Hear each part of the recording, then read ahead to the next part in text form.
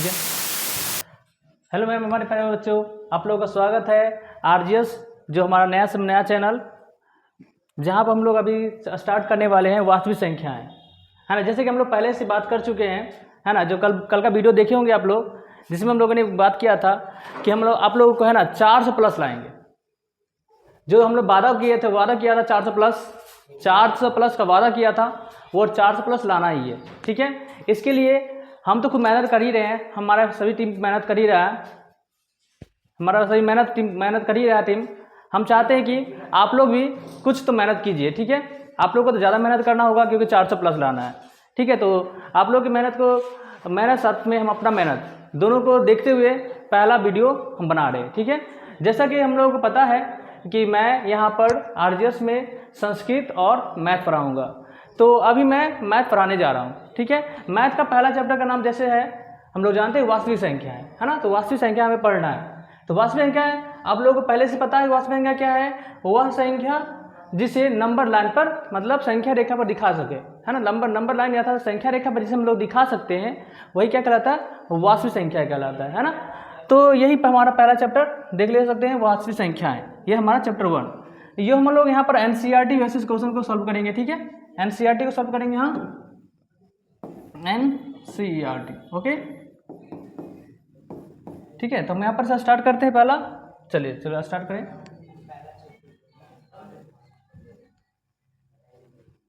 ठीक है।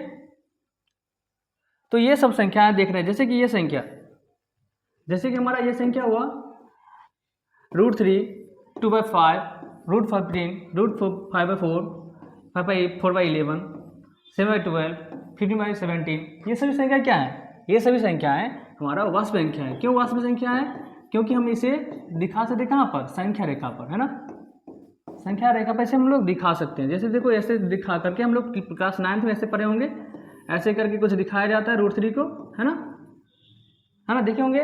इसे 2/5 तो बचपन से ही सीखते आ रहे हैं, √15 तो देख ही रहे, क्लास 9th में सीख रहे होंगे, और 4/11 दिखा ही रहे हो, और ये 7/12 और साथ में ये 15/70, ये सभी को हम लोग संख्या रेखा पर दिखा सकते हैं, इसलिए इसे हम लोग वास्तविक संख्या कहते हैं। ठीक है।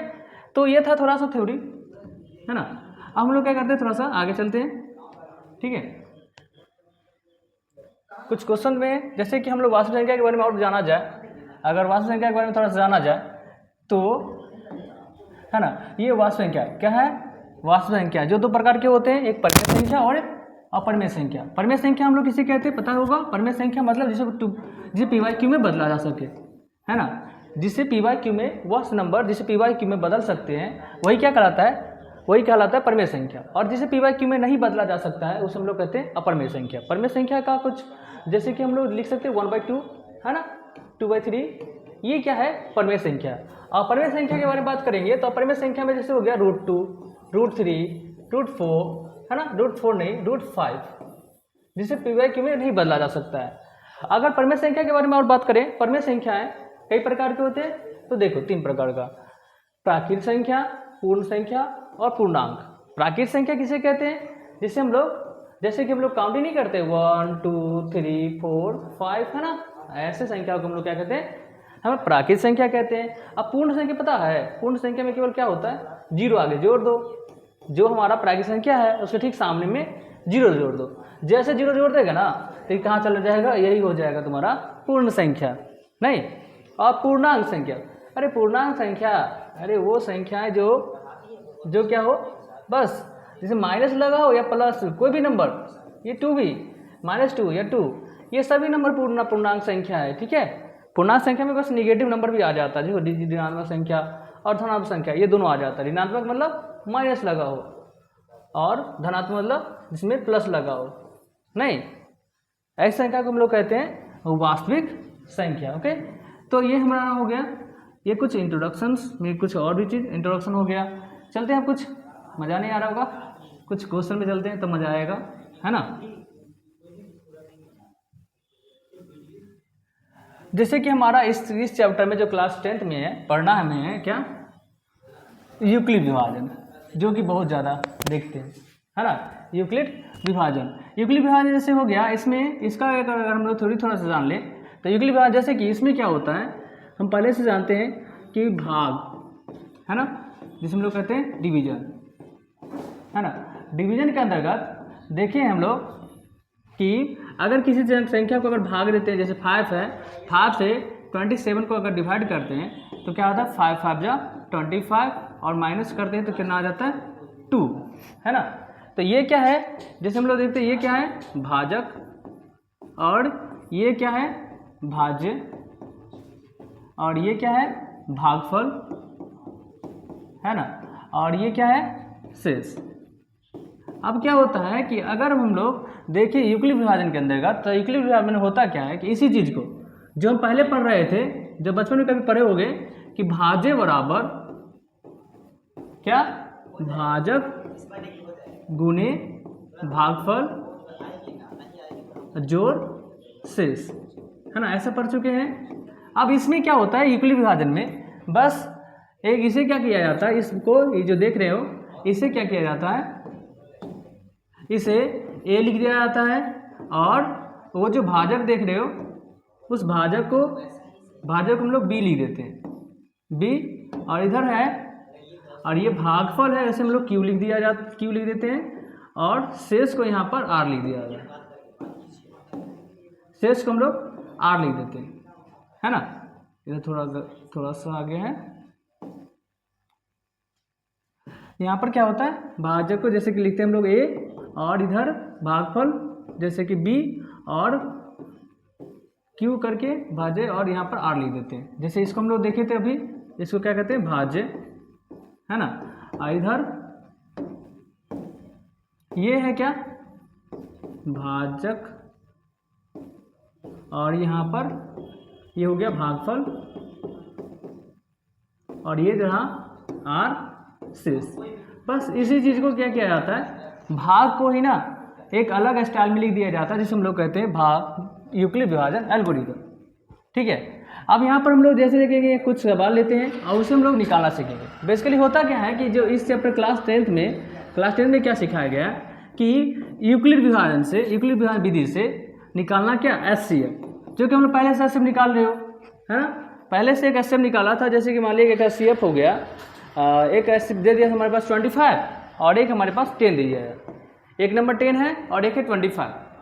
तो हम लोग पहले से सीखते आ रहे हैं, जो हम लोग पहले से सीख रहे थे क्या कि ये जो 10 होता था इससे क्या करते थे हम लोग भाग दे देते, जो छोटा नंबर होता था ना उसे बड़ा नंबर को पहले भाग दे देते। जैसे कि 10 2 10 दूनी 20 यहाँ पर लिख देते थे और ऐसे करके घटाओ और यहाँ पर 5 लिखते थे। अब 5 से इस 10 को भागा दिया जाता था, जो हम लोग पहले कर चुके थे, 5 दूनी 10 और ये कट जाता, जब ये कट जाता था, जिससे कट जाता था वो इसका शेप हो जाता था। ये पहले हम लोग सीख चुके हैं।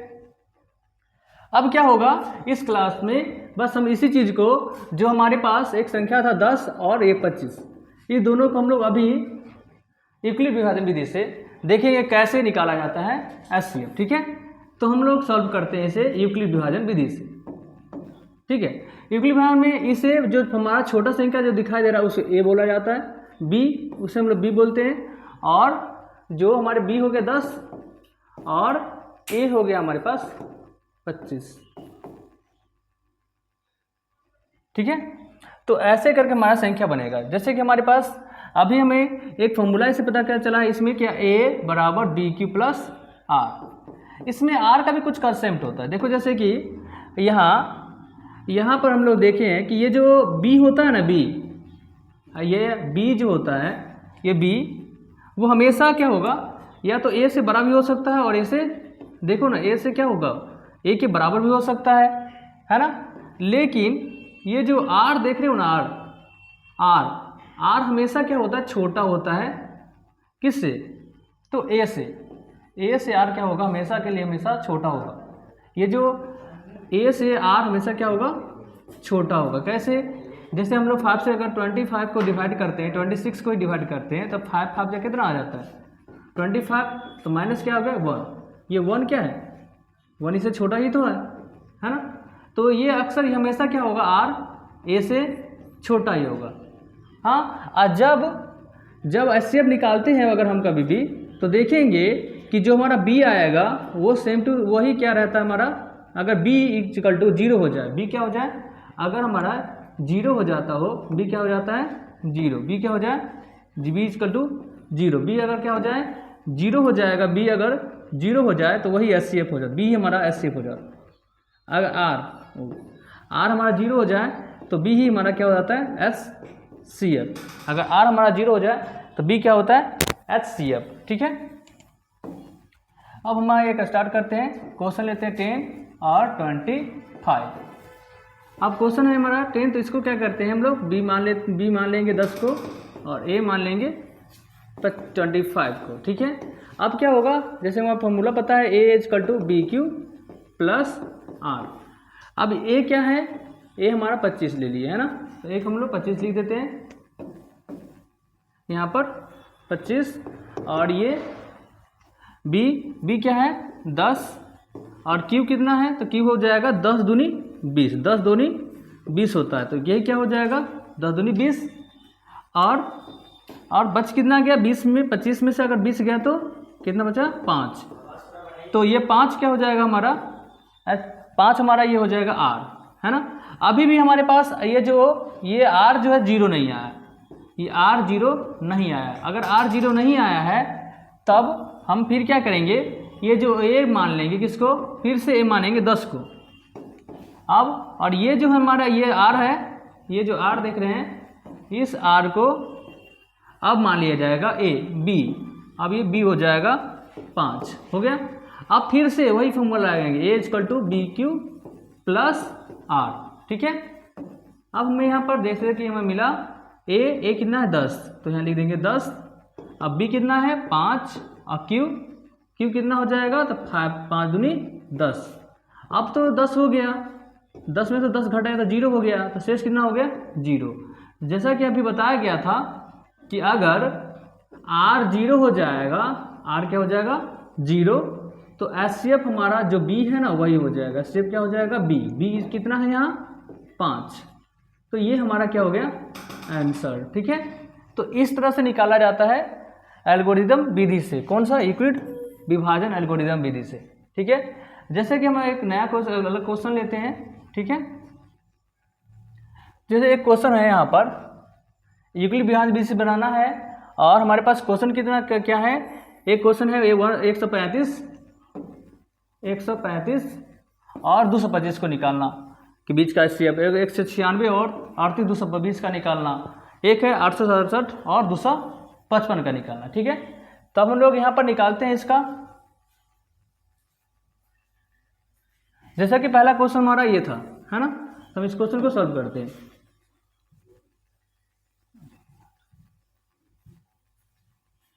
तो हमारा क्वेश्चन था 135 और 225 ए।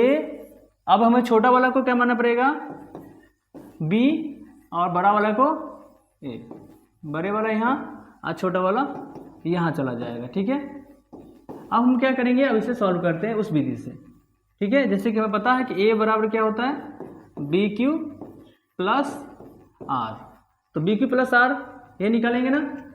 अब हम यहाँ पर देखते हैं कि ए का वैल्यू कितना है 225, और बी कितना है, तो बी हमारा 135, तो 135 लिख दिए।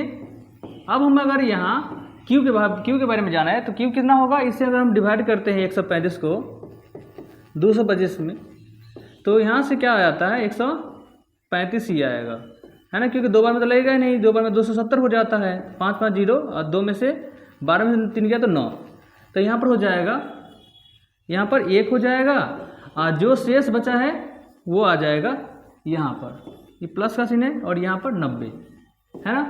अब हमारा अब आगे देखो, अभी भी यहाँ पर देखो, यहाँ पर R कितना आ रहा है 90 आ रहा है, अर्थात R अभी भी आ रहा है, तो यहाँ पर 0 तो हुआ नहीं यार। अगर 0 नहीं हुआ तो ये जो 90 देख रहे हैं ये हो जाएगा फिर से हमारा, ये हो जाएगा B 90, और A कितना हो जाएगा, A हमारा 135 हो जाएगा, तो 135 लिख देंगे। ठीक है,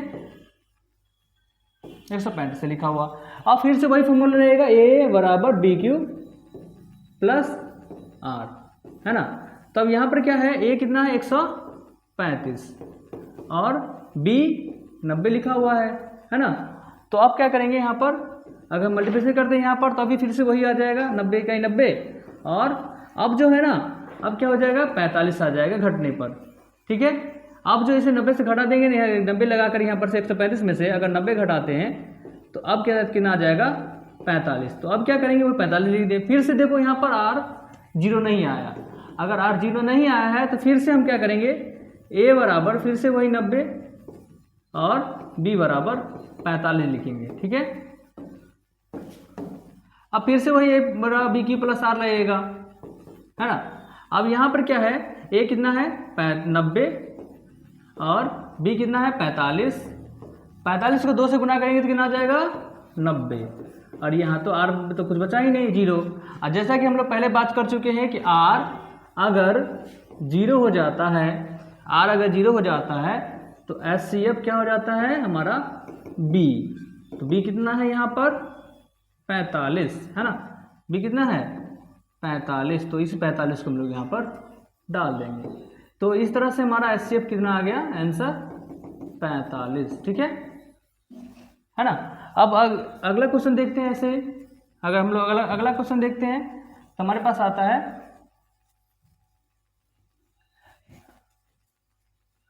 196 और 38,220।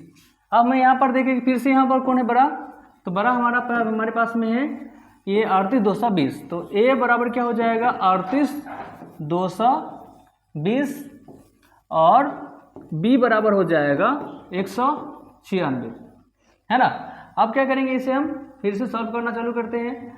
तो फॉर्मूला हमारे पास जैसे कि पता है कि A बराबर B की प्लस R, तो A बराबर B की प्लस R है। अब निकालते हैं, इसे सॉल्व करते हैं, ठीक है। तो A कितना है 38,220 और B कितना है 196। अब इसे अगर हम लोग भाग देंगे ना तो भाग कितना बार में लगेगा 195 बार में लग जाएगा, ठीक है। 195 बार में ये लग जाएगा।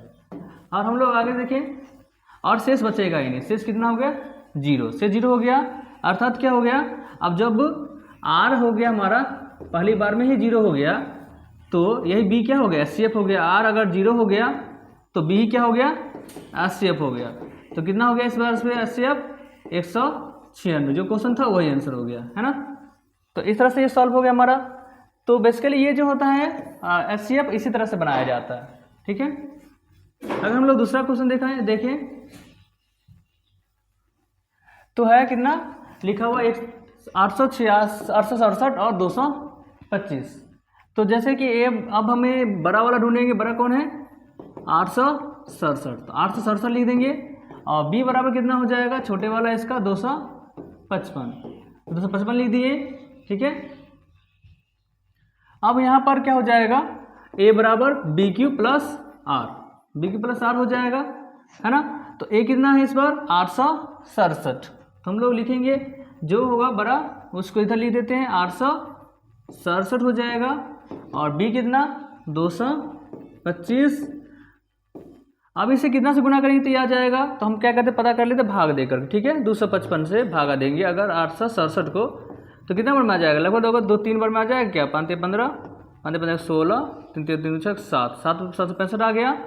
7 में से 5 गया 2, 6 में 6 का 0, 8 में 7 गया तो 1, सही है। हाँ लगता तो सही है 102। तब क्या करेंगे यहाँ पर ये से 3 से मल्टीप्लाई कर लेंगे यहाँ पर, और यहाँ पर 102 आ जाएगा, ठीक है। अब हमारे पास ये आ जाएगा A और ये हो जाएगा B, क्योंकि अभी तक R नहीं हुआ है। तो 255 और यहाँ पर हो जाएगा 102 गुने यहाँ पर 2 बार में लग जाएगा 204। अब हो जाएगा कितना 255 में से अगर हम लोग 204 घटा लेते हैं तो कितना बचेगा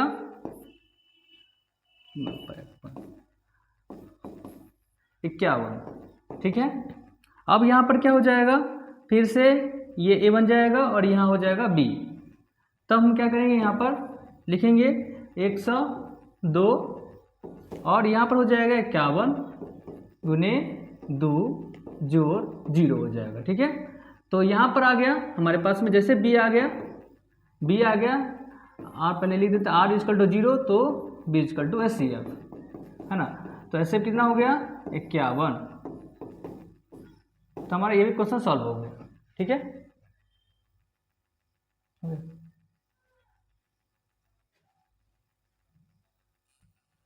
तो आज का वीडियो हम यहीं पर रोक रहे हैं, ठीक है। जैसा कि अभी हम लोग सीखे हैं महत्तम निकालना, है ना, यूक्लिड विभाजन विधि से महत्तम निकालना, और अगला वीडियो में हम लोग देखेंगे गुणनखंड निकालना, ठीक है। Thank you.